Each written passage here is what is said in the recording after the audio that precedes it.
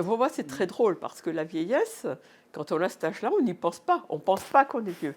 Moi, j'ai commencé à prendre conscience que j'étais vieille pour le Covid parce que c'était même beaucoup plus tôt. À partir de 65 ans, les vieux, il faut.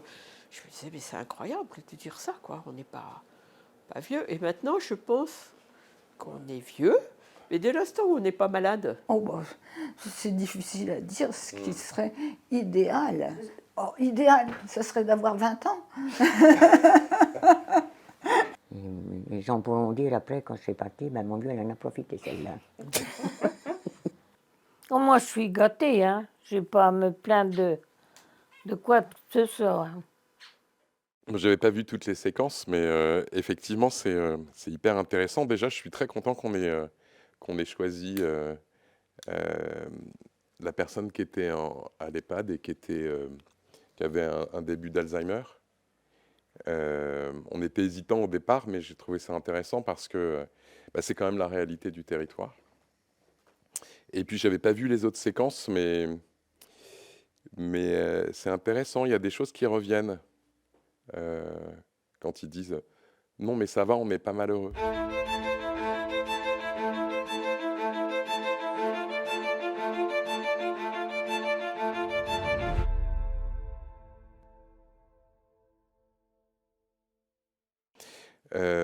Le projet avance globalement très bien. On s'est fixé un objectif très ambitieux de tout faire rentrer sur 12-15 mois. On a eu l'ambition de faire venir des chercheurs en sociologie, en design, en architecture. Tous ces cerveaux et savoirs vont venir à notre rencontre et partager les premières matières qu'on va avoir récoltées, c'est-à-dire de la parole, du témoignage. Ils vont venir à la rencontre de notre territoire et puis de notre comité de pilotage, avec les principaux responsables du mieux vieillir de notre territoire. Et ça va nous permettre d'enrichir nos réflexions et d'engager certaines expérimentations et de rédiger certaines propositions à nos décideurs. Non, non. C'est pas mon lieu. Parce que j'ai habité quand même, je ne sais pas combien d'années avec ma maison. Oui, mais moi, je veux bien être vieillir, mais pas vieillir peut-être sur un lit, là, comme je les vois à l'hôpital. Et puis je me plais bien ici. Moi, les gens ne me parlent pas, mais j'en ai rien à faire. Hein. À mon avis, pas ici. Parce que ici, c'est pas pour les clochettes. J'habiterais dans une maison où tout est organisé pour une personne âgée, quoi. D'accord. Ok. Mais pas... Mais pas une maison de retraite nécessairement. Non, pas une D'accord. maison de retraite. Donc on a pris cette maison parce qu'à l'époque où on cherchait, il y en avait très peu dans le Morvan. Et bon, c'était pas peut-être ce qu'on aurait choisi si on avait pensé y rester très longtemps, quoi. Donc on a fait une solution intermédiaire, on a acheté une maison à Nevers pour quand on ne pourra plus bouger ou qu'on sera trop malade. La volonté avec ces interviews chez des gens aussi, c'était d'entrer dans leur univers et de montrer que les gens vivent chez eux, sont chez eux. Il y a les meubles qui racontent une histoire et la première dame l'évoque, elle dit là j'ai déménagé mais c'est pas chez moi. Chez moi c'est ma maison dans laquelle j'ai vécu, dans laquelle j'ai élevé mes enfants. Et ça c'est une vraie question quand on pense l'habitat pour les personnes âgées, quand on essaie de penser à d'autres solutions, c'est de réussir à recréer des univers d'un domicile et d'un chez-soi. Et le problème de l'EHPAD, par exemple, c'est qu'on crée des univers qui n'évoquent plus l'habitat, qui évoquent plus le chez-soi. Et ça, c'est quelque chose qui est revenu dans toutes les interviews. C'est vraiment, moi, je veux finir ma vie chez moi, je suis bien chez moi. Et donc, moi, ce qui m'intéresse en tant qu'architecte, c'est comment est-ce qu'on arrive à penser des lieux qui sont dans une continuité d'un parcours de vie et d'un parcours de l'habitant. Des structures où il y a des habitats pour les personnes âgées, pour les personnes moins âgées, peut-être une maternelle, pour avoir une mixité de générations.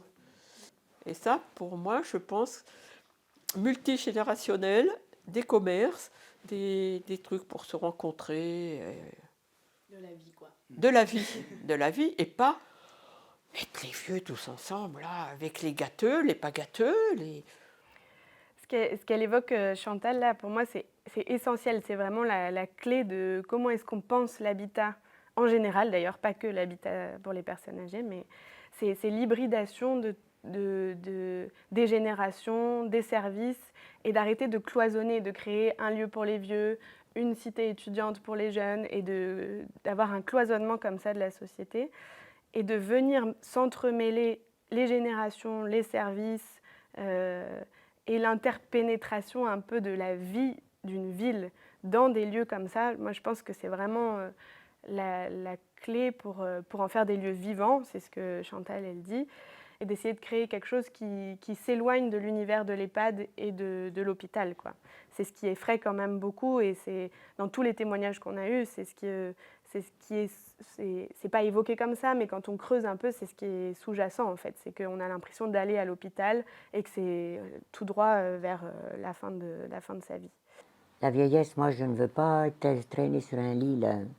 Moi, je voudrais mourir dans mon lit. Ah, pas tout de suite, hein. Parce que j'ai encore à faire.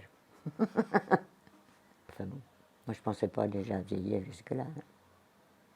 Moi, je vais avoir 87 ans. Ben, des fois, je me dis, excusez-moi l'expression, je me dis, merde, voilà déjà que je vais attraper 87 ans. Oh, puis je dis, ma pauvre, laisse tomber, ben, de toute façon, tu ne peux pas retourner en arrière. Je ne suis pas en mauvaise santé. D'accord. Hein, oui, on a tous des petits bobos ou n'importe quoi, mais vraiment, Le plus souvent, ça va bien. en général, je vais bien. D'accord. J'en ai marre d'avoir mal là, puis c'est pas en se plaignant tout le temps. Ça m'intéresse vraiment, effectivement, de voir en termes de témoignages ce que disent nos interrogés. C'est vrai que, étant en charge de la santé, je me suis assez naturellement occupé des questions d'autonomie. On a des résidences autonomie qui poussent ça et là sur le territoire, avec également d'autres dispositifs comme des résidences intergénérationnelles. Et ça, ce sont des nouveaux modèles qui sont intéressants à observer. Ça va faire partie de notre mission d'aller à l'écoute des groupes de coordination de ces établissements et de voir sur des périodes assez récentes ce qu'ils en retirent en termes de confort de vie, amélioration des situations pour les personnes âgées. Quoi qu'il en soit, tout cela va participer, hein, quand on parle de lieux de vie, de mise en place de services, de dispositifs, tout cela va participer à l'amélioration du confort de vie, l'amélioration du niveau de confort moral des habitants ou séjournants, tout dépend leur milieu de vie, et évidemment ça aura un impact sur leur santé. À la campagne, c'est pas comme en ville. Hein. En ville, bon, bah, il y a le métro, il y a l'autobus, il y a tout ça. Tandis qu'ici, si vous n'avez pas de voiture, Je vais au marché avec ma fille. Pour moi, c'est formidable. Est-ce que pour elle, c'est formidable? Et puis j'aime beaucoup sortir parce que ça me fait aussi une occasion de rencontrer les gens. Ils disent bien qu'il ne faut pas rester tout seul, qu'il faut sortir. Tant que je vais pouvoir lever la patte, comment que je vais y sortir? Je monte alors le jeudi matin, je retrouve mes copines, on va boire le café chez Carlos. Tu vas au marché, c'est ça, le Oui, jeudi? oui. Ok. Oui, Puis tu vas après chez Carlos, d'accord, au café. voilà. Tu fais quelques courses aussi? Aussi. Ouais, le Ah ben, je jeudi. fais mes courses. Hein. Tu Je fais vais des même courses alors? jusqu'à Corbilly, oui. Mais je vais chercher mes courses alors. Mais quelquefois, je descends à Corbilly.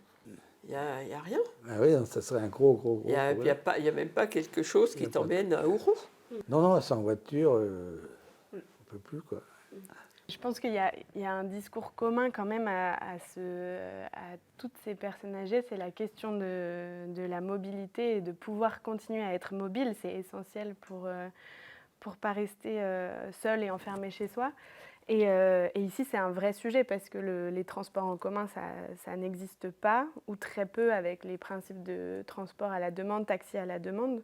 Mais il n'y a pas de réseau de transport en commun mis en place sur le territoire. On est allé voir à Nevers un prototypage d'une voiture autonome donc qui irait chercher les personnes âgées pour des rendez-vous médicaux, pour des courses potentiellement. Après, moi, je trouve que ça pose question du lien social, où quand même on a vu que c'était essentiel pour la vie des personnes âgées. Et donc un véhicule dans lequel on n'a plus de conducteur et que c'est une intelligence artificielle qui vient vous chercher, qui vous parle potentiellement, et peut-être vous allez à une téléconsultation où en plus vous ne voyez pas de médecin, pour des gens qui sont isolés chez elles, je crois que c'est encore plus les isoler, quoi. Et essayer de solutionner par les technologies quelque chose qui est de l'ordre de l'humain, hein. Quelqu'un qui vient vous chercher, avec qui vous pouvez discuter et échanger. Pour certaines personnes, c'est leur seul moment de sociabilité. Ah oui, d'accord, dis donc. Mais on fait des progrès, mais je ne verrai pas tout ça, ça m'étonnerait. Donc moi, ce qui m'intéresse, en fait, dans cette démarche, c'est de faire comme si on savait rien, et puis de laisser monter le récit, les sentiments exprimés, des besoins, et puis de confronter avec un petit peu l'existant des dispositifs qu'on a sur notre territoire, parce qu'on n'a pas rien, il y a quand même des beaux équipements, il y a des équipements et des services aussi qui sont proposés, qui pourraient être améliorés toujours. Et moi, ce qui m'intéresse, c'est justement de faire remonter un petit peu toute cette demande de notre population et du territoire, et puis de la confronter avec ce qui a été notre parti pris, c'est on va faire venir des chercheurs, des penseurs, pour s'interroger sur comment habitent ces personnes âgées, comment elles habitent sur le territoire, et comment à partir de là, elles vont pouvoir, en fonction de où elles habitent, se soigner, se nourrir, recevoir, circuler, aller au dehors. Donc ce qui m'intéresse, c'est d'aller vers des pensées et des schémas nouveaux, en fait, pour notre territoire, sortir un petit peu de notre modèle, et puis d'inventer peut-être le mieux vieillir de demain. Il faut vraiment penser aux vieux. Mais il ne faut pas croire, mais les personnes âgées, des fois, ils en montreraient encore aux autres.